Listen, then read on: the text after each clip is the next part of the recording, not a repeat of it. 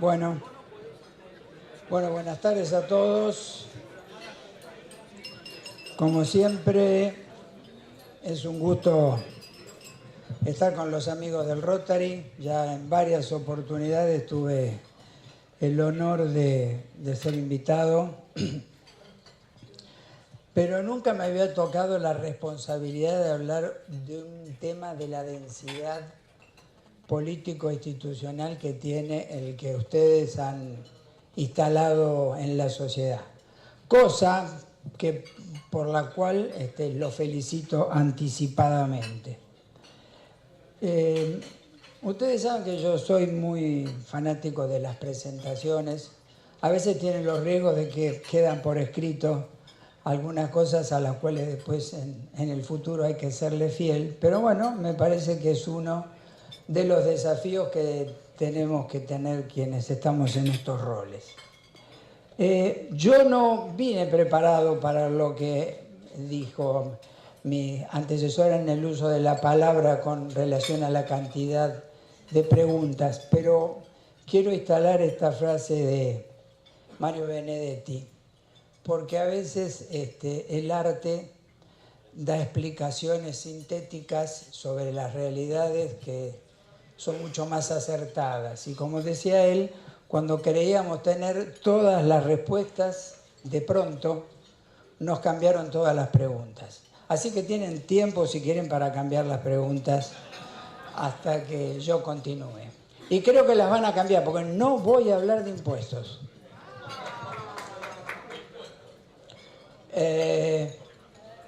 No voy a hablar de impuestos, pero sí puedo contestar preguntas sobre impuestos. Voy a hablar de... creo que la idea central que están planteando ustedes son las pretensiones. Y convocaron a una serie de personas para decirle, bueno, ¿qué pretenden ustedes de la Argentina? Y yo creo que, haciendo un poco un juego de palabras, antes de pretensiones habría que hablar de tensiones. Porque si no, si la pretensión no está enmarcada, no está contextualizada con las presiones, con las tensiones, la pretensión puede ser vacía o totalmente alejada de la realidad. Cosa que en muchas oportunidades caracteriza a la Argentina y a los argentinos en particular. O sea, tener pretensiones que no tienen nada que ver con las tensiones. Y cuando se desacoplan las pretensiones de las tensiones, después viene otra cosa que también termina en ones, que son las frustraciones.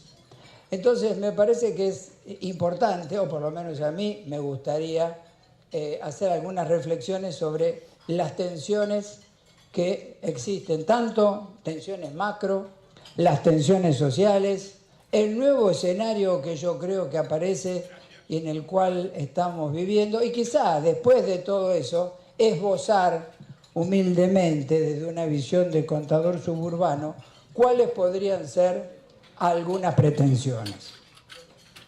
Entonces, hablemos un poco de las tensiones macro.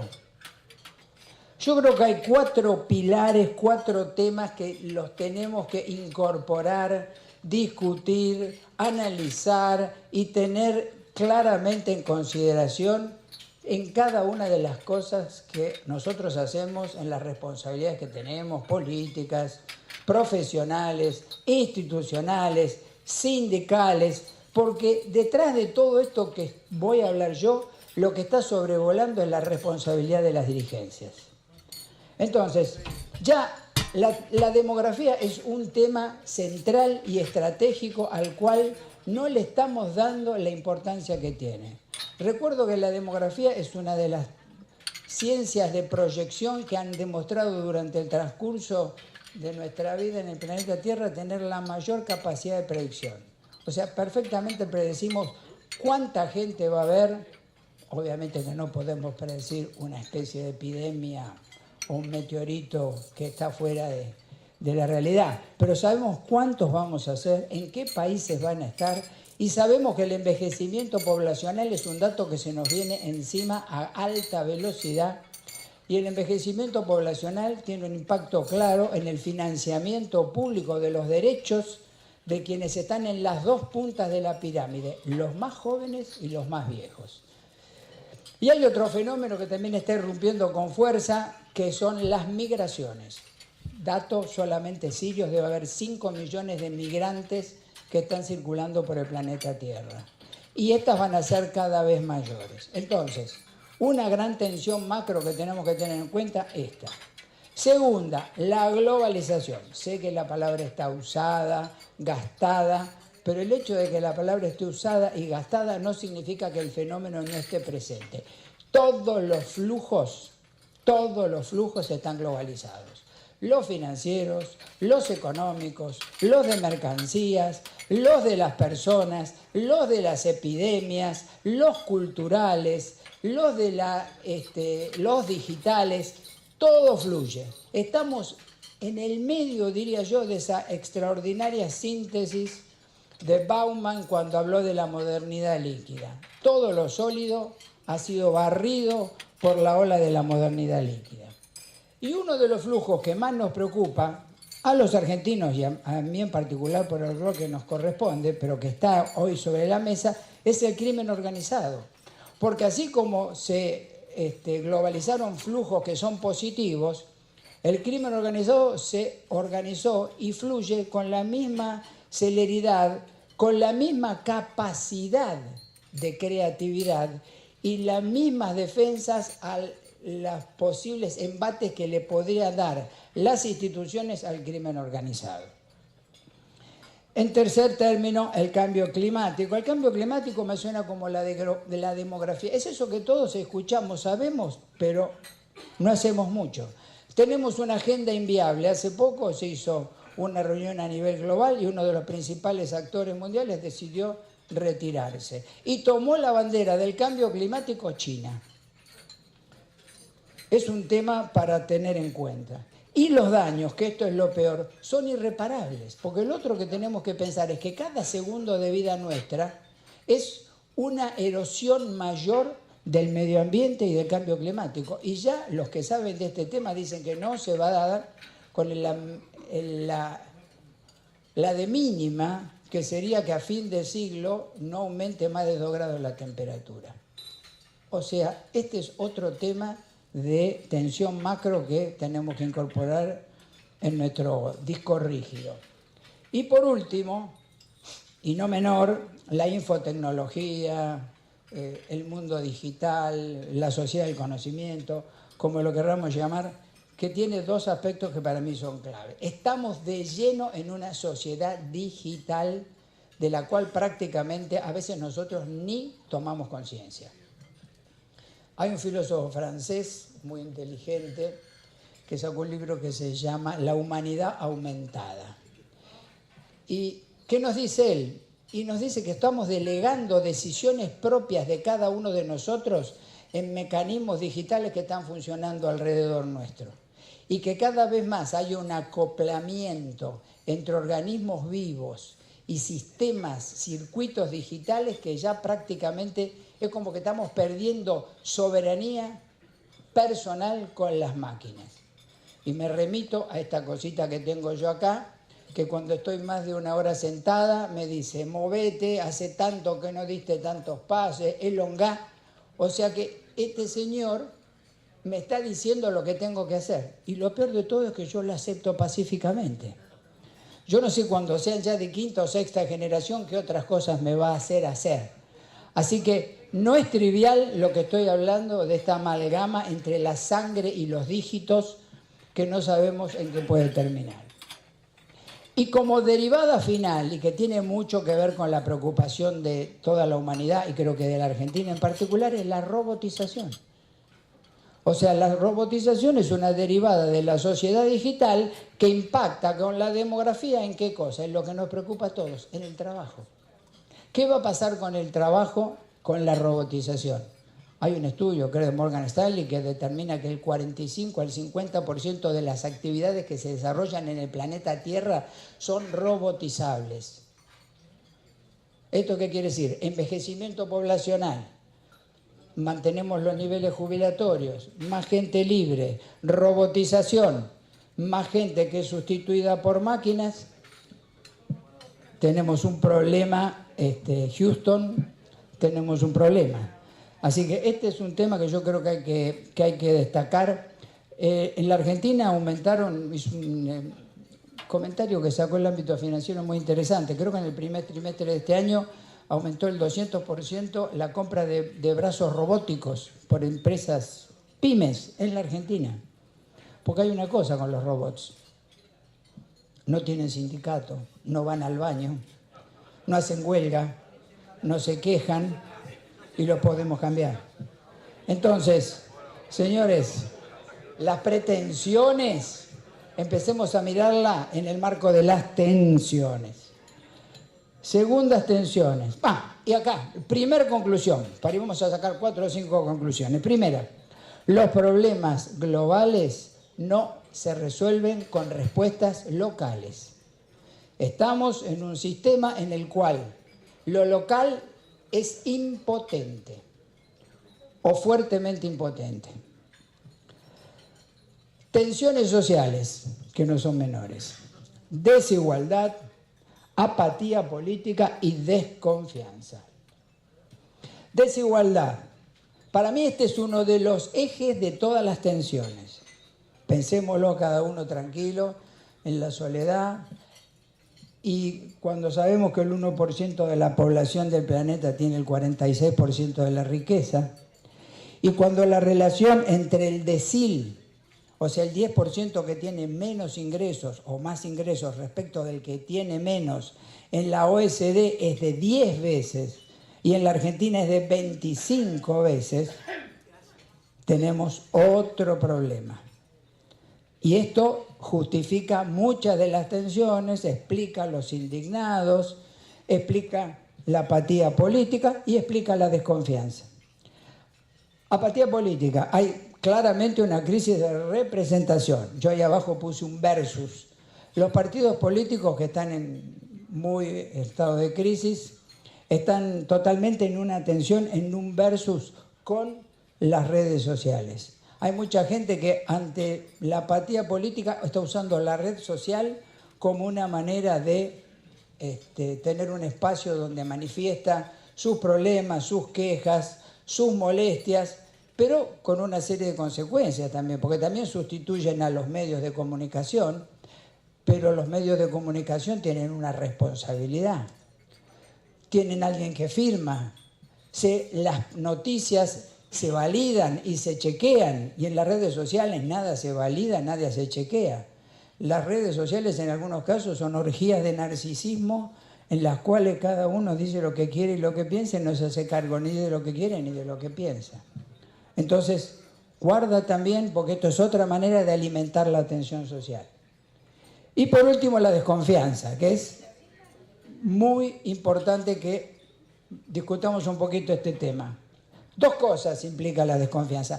Todas las instituciones están bajo sospecha. Todas las instituciones están bajo sospecha. Después voy a dar algunos datos. Fíjense un dato de la confianza, y ya no lo de cada uno de los ciudadanos con las instituciones, sino entre los ciudadanos. Latino Barómetro, que es una encuesta muy importante que se viene haciendo hace muchos años, hace un análisis de la confianza interpersonal, o sea, entre los ciudadanos, entre los que estamos formando parte de una comunidad. El promedio de confianza interpersonal en Latinoamérica es el 17%. México es uno de los más altos, tiene el 30%, nosotros estamos bien con el 25%, y Brasil, después del derrumbe institucional en el cual todavía está viviendo, llegó a un 3%. Ahora, si hay desconfianza en las instituciones y tenemos desconfianza entre las personas, tenemos otro problema. Conclusión 2. La política gana debilidad y pierde credibilidad. Entre otras cosas, porque la política es global y la política, es local y la economía es global. Después vamos a repasar un poquito eso. Ahora, un poquito lo que le decía de la confianza ciudadana. Fíjense estos datos. Vamos a hacerlo rápido. Porcentaje de ciudadanos, esto para el 2016, que dicen confiar en el gobierno nacional, el Congreso Nacional, los partidos políticos, los sindicatos y las grandes empresas. Gobierno Nacional, España 40, nosotros 20. Congreso Nacional, España 26, nosotros 13.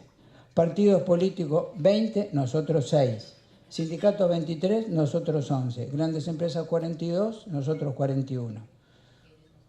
Italia 29, 20, 12, 21. O sea, esta sensación de que hay apatía política, y cuando digo que está en crisis la confianza, está convalidada por estos números, ¿no?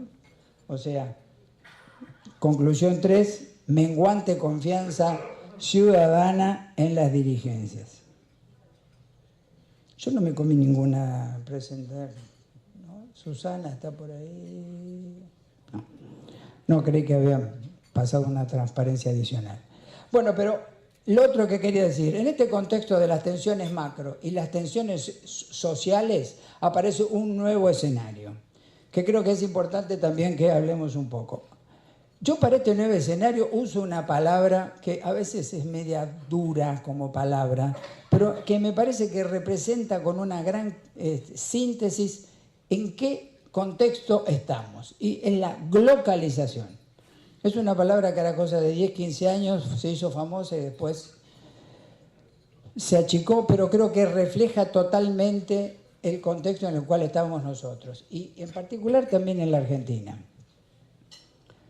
Hay una nueva institucionalidad global, pero que todavía es incierta, y doy algunos casos ahí. Hay intentos regulatorios a través de Naciones Unidas, la Unión Europea, la OECD, el G20, los BRICS, el Mercosur. Pongamos que son intentos de institucionalidad más política, político-institucional. Y tenemos otros mecanismos de institucionalidad que están regulando más actividades económicas. El Fondo Monetario, la OMC y las normas de Basilea. Porque nosotros a veces tampoco nos damos cuenta. Pero cuando el banco nuestro nos pide que cumplamos con determinada pauta, por ejemplo, en un tema de una compra de un inmueble o de las tenencias que tenemos por una inversión que hacemos en banca privada, ¿eso deriva de qué? Deriva de las regulaciones del Banco Central. ¿Y las derivaciones del Banco Central de qué derivan? De las normas de Basilea. O sea que cuando nosotros vamos a hacer una colocación en banca privada para comprar bonos, resulta que nos estamos regulando con una instancia que es supranacional. En la OMC, cuando tenemos una discusión de comercio internacional, el espacio donde se dirimen esto es en la OMC, porque entre los países no hay un mecanismo de solución. Otro tanto, el G20, que es un G7 aumentado, se dio cuenta que necesitaba incorporar otros actores políticos, y centralmente a partir de un fenómeno que fue las Torres Gemelas, porque las Torres Gemelas fue un golpe a la seguridad de los países. Y de ahí derivan muchas situaciones que el G20 tomó y que la OECD como cuerpo técnico las está corporizando. O sea que cada vez más, por eso que decíamos antes, de que como el problema es global, la normativa de cada país, el derecho positivo de cada país no resuelve los temas. Ejemplo, el crimen organizado. ¿Cómo puede la Argentina, desde sus instituciones, resolver el tema del crimen organizado cuando por definición es un delito transnacional? ¿Cómo puede controlar el lavado de activos? ¿Cómo puede controlar el contrabando? ¿Cómo puede controlar la evasión? ¿Cómo puede controlar la trata de personas? O sea, hay a esta institucionalidad global e incierta que está empezando, hay que aportarle algo desde el lado del Estado. Quiero hacer un punto adicional, la asimetría de los actores, que esto también es importante en términos de poder y de política. Cuando se hicieron estas organizaciones, quienes los hicieron y las organizaron después de la guerra, algunas de ellas y en otros momentos, fueron los países con más poder. Y como corresponde, se reservaron también el poder en la toma de decisiones. En las Naciones Unidas, el Consejo de Seguridad tiene derecho a veto. Una de las cuestiones por la cual China está sacando y sacó una especie de Fondo Monetario Internacional paralelo y un Banco Mundial paralelo es la representación que tenían ellos y otros países emergentes en estas instituciones. Y los BRICS también son una respuesta a ese tema. O sea que en esta institucionalidad hay un largo camino para recorrer. Y a mí en particular lo que más me preocupa es el tema de la Unión Europea. La Unión Europea era una experiencia extraordinaria en términos de ir creando esa institucionalidad, y con el Brexit eso, en el juego de la oca, 20 caminos para atrás. Bueno, ahora, coetáneo a este problema de la institucionalidad global incierta, ¿qué tenemos? Una debilidad estatal, que es lo que les decía antes. ¿El Estado cómo está? Tiene insuficiencias políticas, porque tiene baja legitimidad, y no tiene muchas facultades para regular y controlar. Y las dirigencias están fragmentadas. Entonces, ¿cuáles son los desafíos pendientes? Consensuar una nueva agenda. Esto es claro y central. Consenso y agenda. Y repensar el rol del Estado, porque un Estado como este, debilitado y que no puede regular la gran cantidad de flujos en los cuales está inmerso, tiene que ser repensado en qué diseño va a tener para poder ser una articulación entre lo global y lo local. O sea, el Estado tiene que repensar su rol local, de interfaz entre lo global y entre lo local. Ya termino. Y conclusión acá, en el nuevo escenario, ¿participamos o aceptamos? Porque el mundo sigue, las instituciones globales funcionan, o sea, nosotros participamos y tenemos un rol o aceptamos lo que ahí se defina. Rápidamente les quiero contar, tengo todavía 5 veces, un caso local. ¿Qué se llama el caso local? El sinceramiento fiscal, para hablar un poco de impuestos. Fíjense, esto de lo local, ¿qué quiere decir? Que cada decisión, cada política pública que se realiza tiene que tener en cuenta la triple agenda. La agenda pública, la agenda privada y la agenda internacional. Si no están esas tres agendas, la decisión no es equilibrada. En el sinceramiento fiscal se dio prácticamente esto. Había una agenda global, porque la OECD y el G20 ya habían puesto la mesa para ir a las amnistías fiscales y estaban recomendándole a todos los países que lo hicieran. El Gafi ya tenía una lógica para aprobar las amnistías que aparecían. Y el sistema financiero internacional le estaba diciendo a través de los bancos más importantes a aquellos cuentacorrentistas o que tenían depósitos: y si no me explicás algunas cositas, decime a dónde te transfiero los fondos que tenés en este banco. ¿Es así o no es así? O sea, fíjense cómo había un alineamiento de una agenda global.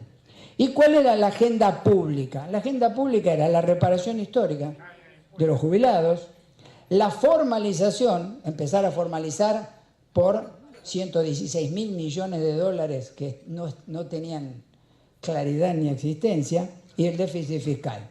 Y la agenda privada, ¿cómo era? Y inicia un nuevo siglo institucional, va a haber cambios, puedo creer en el cambio, me tengo que acomodar en el cambio. Además, también tenían una alta percepción de riesgo local en este caso, porque tenían riesgo de afuera, del intercambio automático de información, que ya empezamos a recibir datos dentro de 2 meses, de las presiones que hacían los bancos internacionales, de la propia AFIP. Por otro lado, entonces, bueno, reacomodemos. Y por último, y no menor, la planificación familiar y patrimonial. Mucha de la gente que blanqueó, que sinceró, que hablaban conmigo, con suerte, con gran confianza, algunos de ellos decían ya, como nosotros que estamos pasando los 50 años, está bien esa, agradézcanmela, empezaron a decir: yo tengo hijos, tengo nietos y tengo el patrimonio que lo tengo desarmado, tengo que acomodar para dar una continuidad a todo esto. Y así fue como funciona el sinceramiento. Entonces, este sinceramiento es un caso local. O sea que lo local no es un delirio que estoy planteando yo de cómo está organizando el mundo. Así está organizado el mundo y lo que le estamos tratando de dar es una palabra, un nombre. Conclusión 5, las políticas públicas se localizan, aunque no nos demos cuenta. Entonces, repasando, acá están las 5 conclusiones. Los problemas globales no se resuelven con respuestas locales, la política gana debilidad y pierde credibilidad, hay menguante confianza ciudadana en las dirigencias, en el nuevo escenario local participamos o aceptamos, y las políticas públicas se localizan aunque no nos demos cuenta. Y ahora entro en las pretensiones.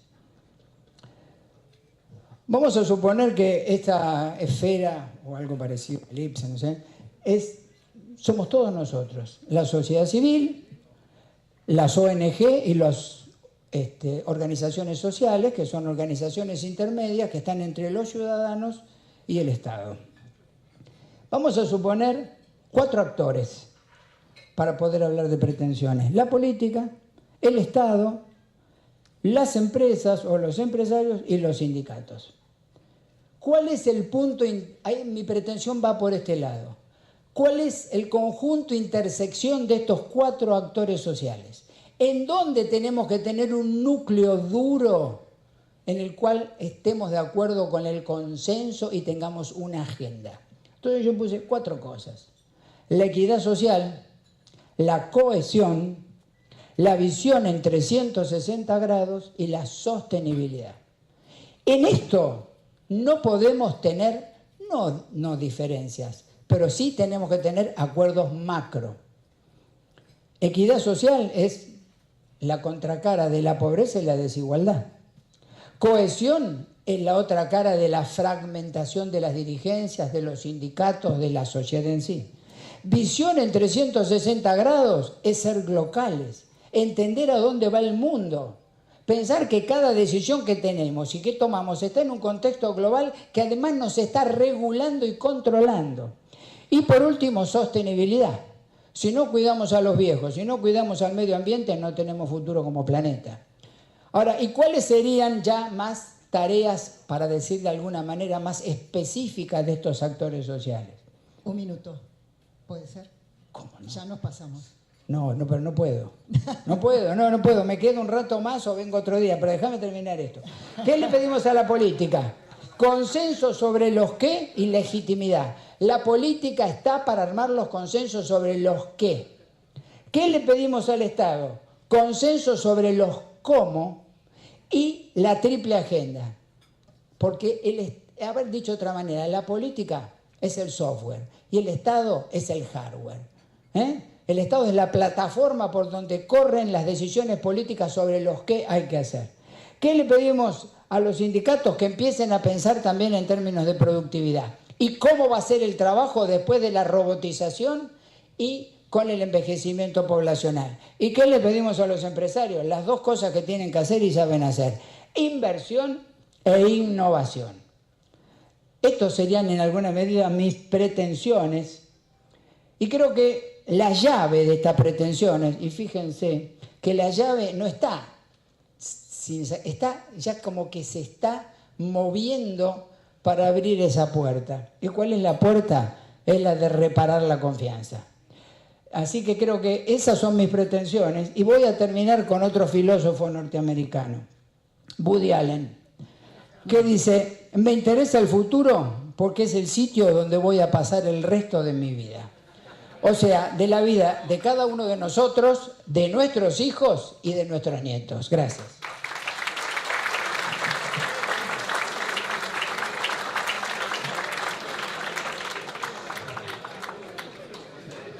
Bueno, Alberto,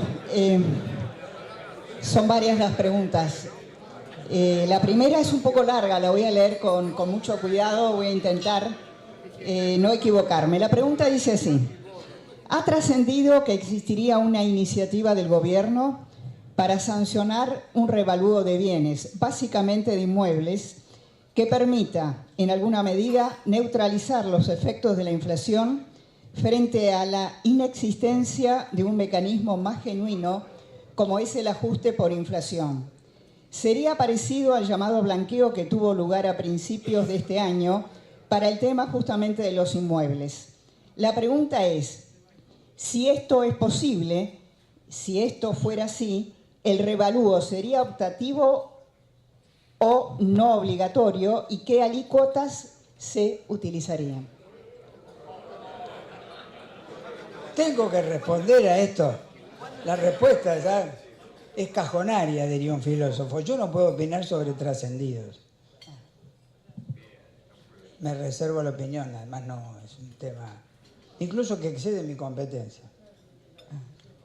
Otra pregunta, ¿no convendría concentrar el cobro de impuestos, aunque sea incrementándolos, en aquellos casos no evadibles, como por ejemplo naftas, celulares, y bajar o eliminar el IVA a los alimentos? A ver, esto es una discusión muy larga. Yo tengo, al respecto debo decir dos cosas. Todos los intentos de bajar el IVA a los alimentos, así bajando las alícuotas, se diluyeron en el aire porque termina siendo comido por la cadena de comercialización. Los únicos intentos serios son los que están vigentes, que es devolver un determinado porcentaje del IVA para las personas más necesitadas. Recuerdo que está vigente una ley por la cual 15% de los puntos de IVA, 15 puntos del IVA, referido a la canasta de alimentación y vivienda de las personas que tienen la jubilación mínima y que tienen la AUH, que están en el orden de los 7 millones de ciudadanos, tienen esa devolución por tarjeta de débito a medida que van haciendo la compra. O sea que la devolución ya está instrumentada y funcionando. ¿Cuál es el tema que tiene que acelerar esto? Y esto es un problema también de sociedad digital, es que los usuarios o los que tienen este beneficio no tienen una costumbre muy desarrollada en el uso de la tarjeta de débito.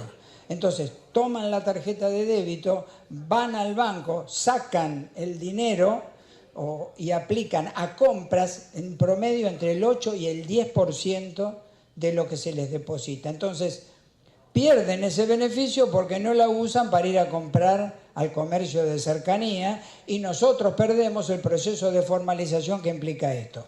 De todas maneras, en paralelo a esto, nosotros ya salió una resolución hace tiempo que está en línea con la ley, por la cual ya a fin de este año, todas las actividades comerciales de cualquier tipo tienen la obligación de aceptar el pago con tarjeta de débito.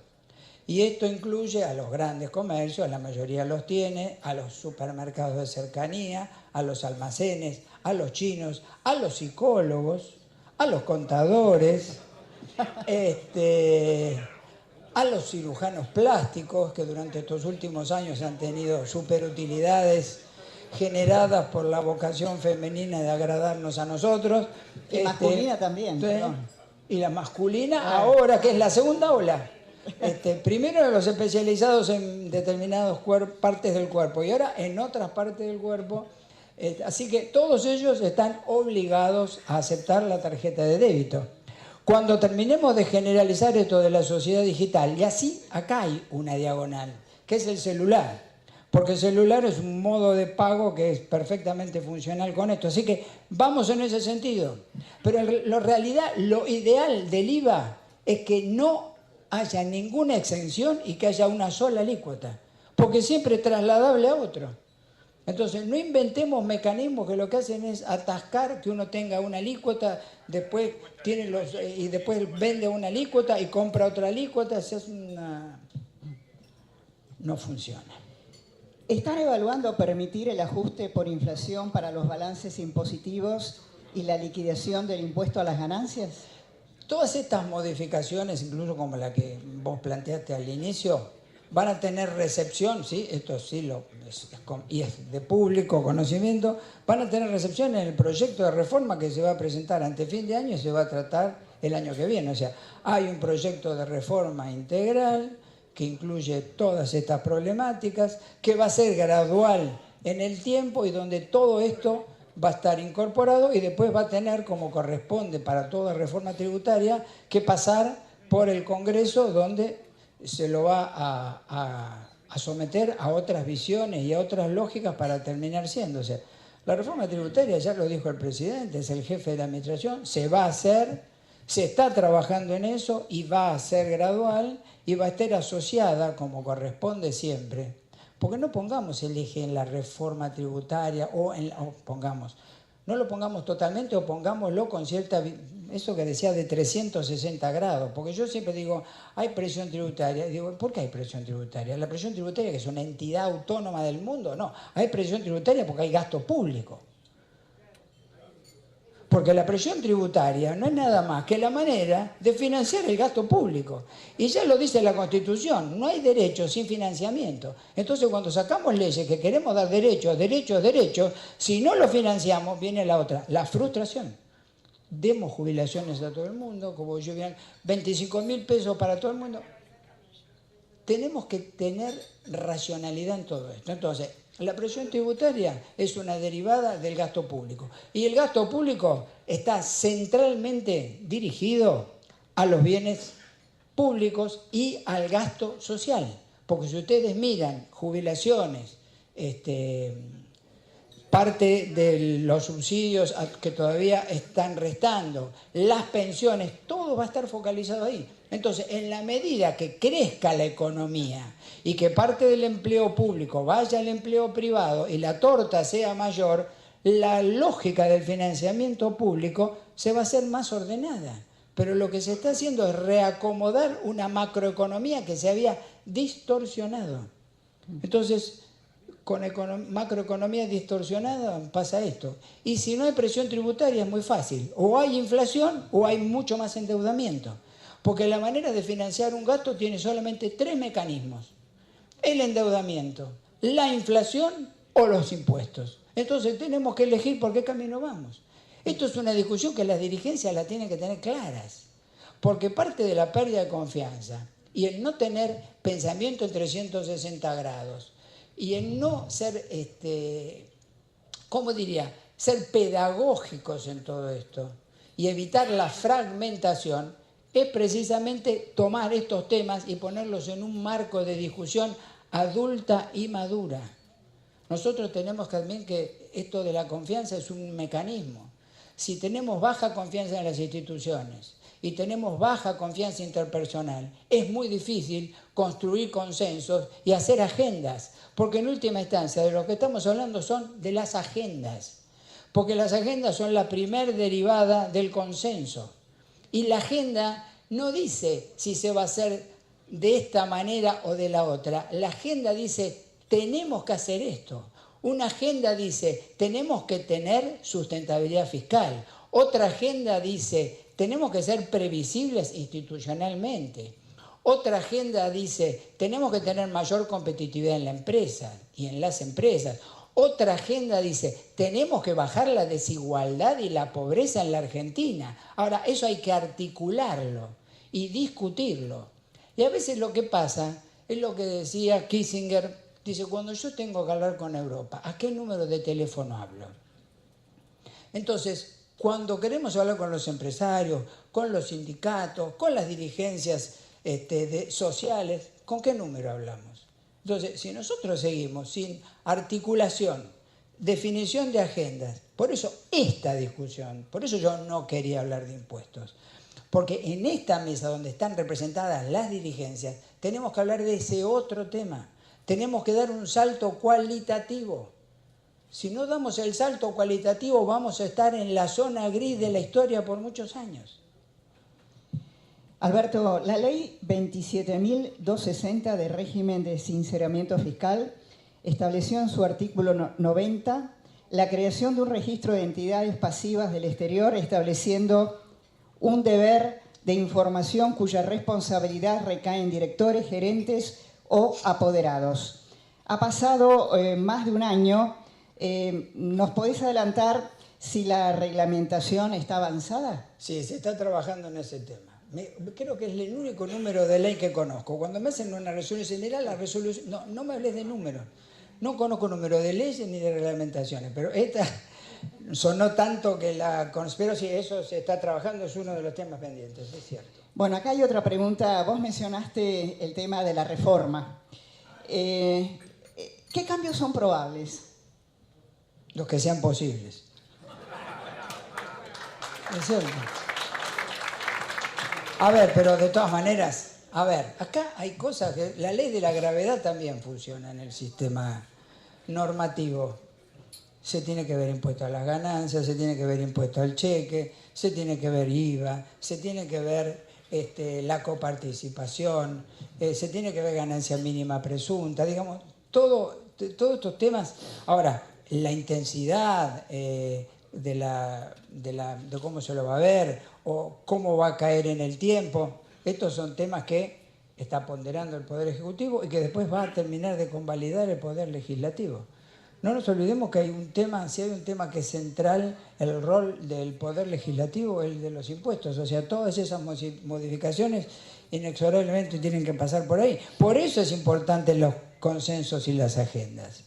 Porque si llegamos con consensos mínimos para las reformas que quedan, de todo tipo, sociales, económicas, políticas, la ley electoral, las primarias, las pasos, eso, pero construyamos los consensos.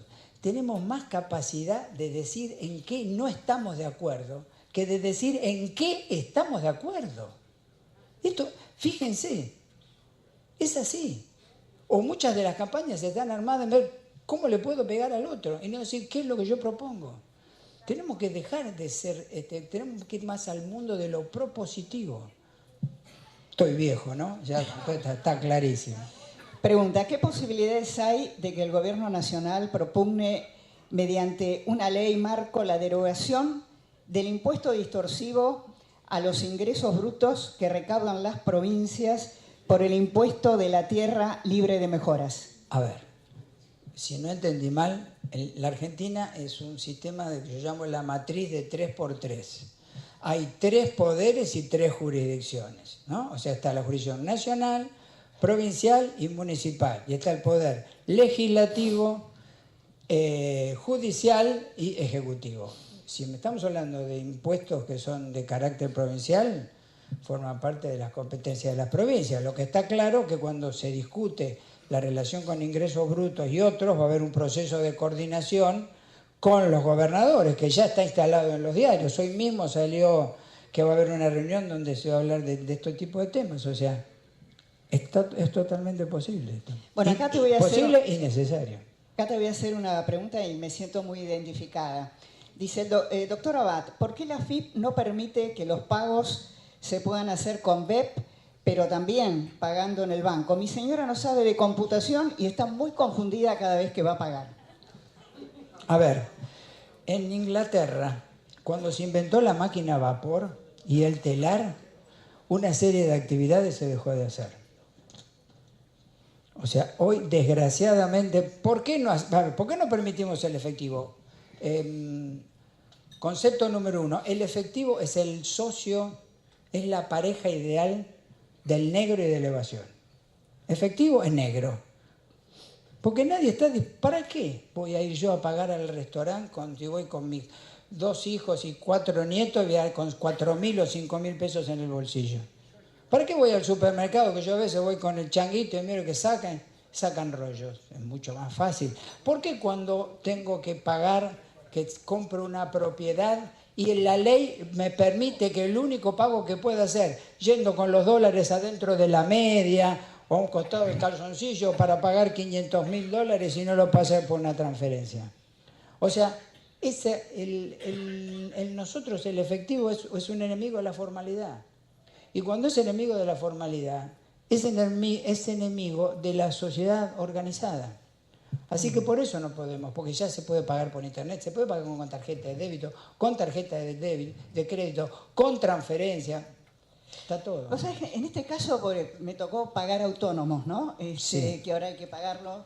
Y vos sabés que hay empleados del banco, al menos de mi banco, no entendían muy bien qué es lo que tenían que hacer. Eso también frena de alguna manera el interés que uno pueda tener. Totalmente. Y la obligación. Tomo el tema. No hay formación y a veces los sistemas no funcionan bien. A ver, nosotros somos la organización pública que tiene mayor cantidad de interacciones con la ciudadanía. Millones.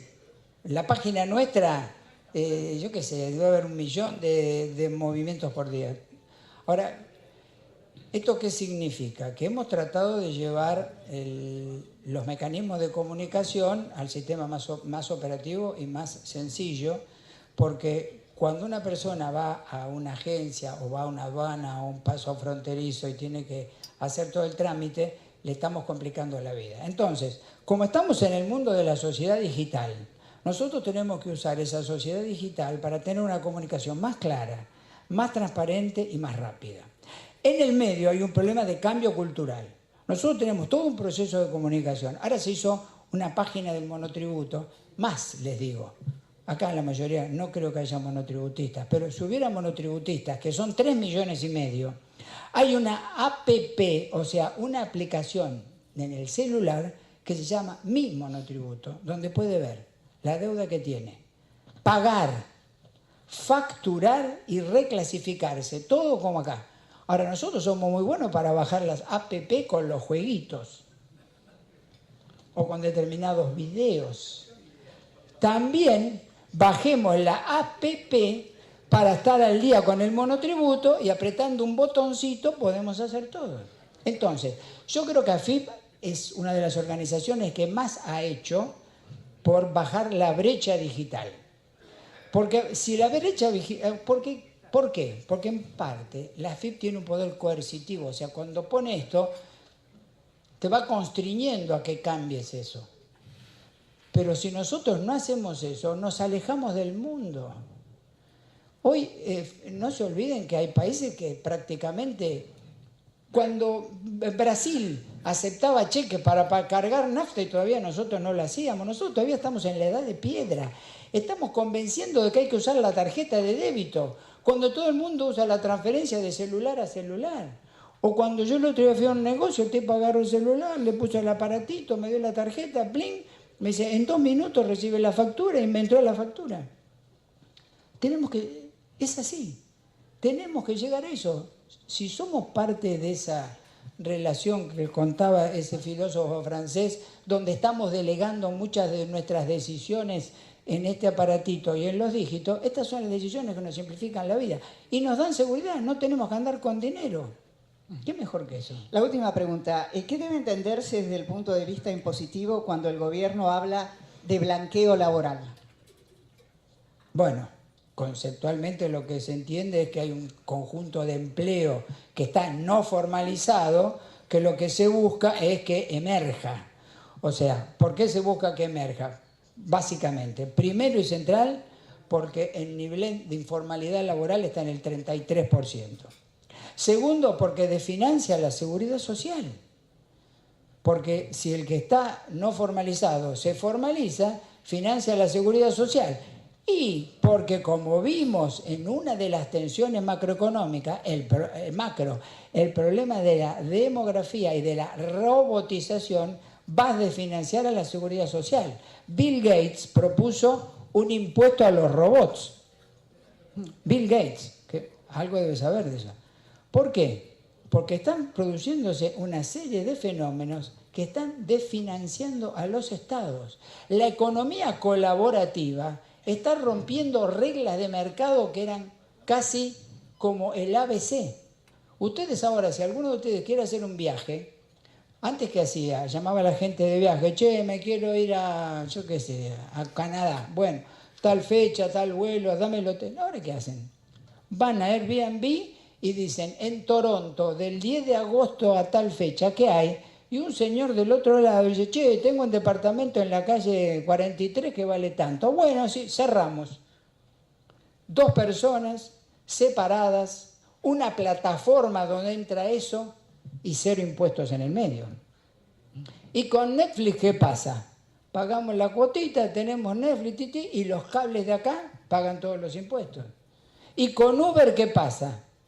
O sea, estamos yendo cada vez a un mundo donde la economía colaborativa está desintermediando todas las relaciones económicas y los estados están perdiendo base imponible. Ahora, puede ser bárbaro que los estados pierdan base imponible, pero yo recuerdo que cuando fue la crisis del 2007-2008, ¿quién fue a bancar y a salvar a los bancos?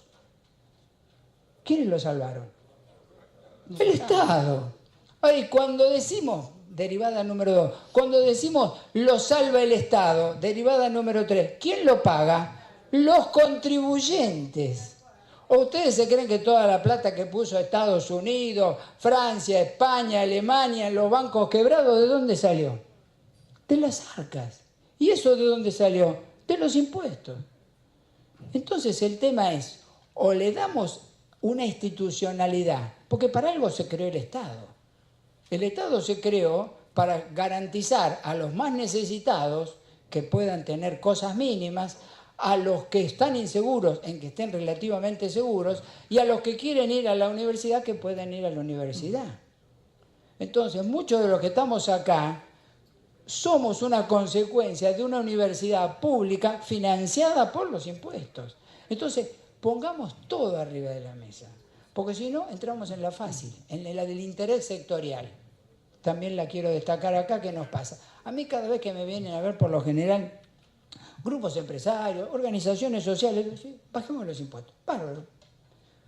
Pero ¿cómo es la cosa? ¿Cuántos litros de sangre pones vos por cada punto de impuesto? Ah, no sé, vos bajás los impuestos. Bueno, los impuestos los bajan, pero por otro lado hay un gasto que no se financia. O sea, madurez. Te hago otra pregunta porque ha parecido repetida. ¿No sería conveniente...? Para las preguntas tenías tiempo, ¿eh? A mí me dejaste ahí, tiqui, dale. Menos mal que me conoce, Alberto. Menos mal que es una amiga. ¿No sería conveniente hacer desaparecer el pago de ganancias sobre alquileres presuntos? ¿Por qué? No, es una ganancia y tiene que pagar. Y si no lo alquila, tiene un valor presunto que también tiene que pagar. Es una regla de juego. A ver, eso de la conveniencia se puede discutir. Hay algunas leyes que lo tienen, otras que no lo tienen. O sea, también el sistema impositivo argentino ha acumulado incoherencias, inconsistencias o baja responsabilidad de quienes teníamos que gobernar, que a veces íbamos al facilismo de poner un impuesto en vez de tener un Estado mejor armado o hacer mecánicas de hacer más eficientes a las empresas. O sea, eso es una responsabilidad que tenemos todos y centralmente la política, porque cuando yo hablo de responsabilidad de las dirigencias, la primera que pongo al frente de las responsabilidades es la dirigencia política y la dirigencia de los funcionarios, llamémoslo así. Esos son los que tienen la responsabilidad central. Primero, porque fueron elegidos. Segundo, porque tienen el poder de la ley. Y tercero, porque tienen que rendir cuentas de cómo hacen las cosas. Pero las otras dirigencias, en el ámbito de sus temas, también tienen responsabilidad. Alberto Abad, gracias. No, gracias a ustedes. Muchas gracias. Muchas gracias.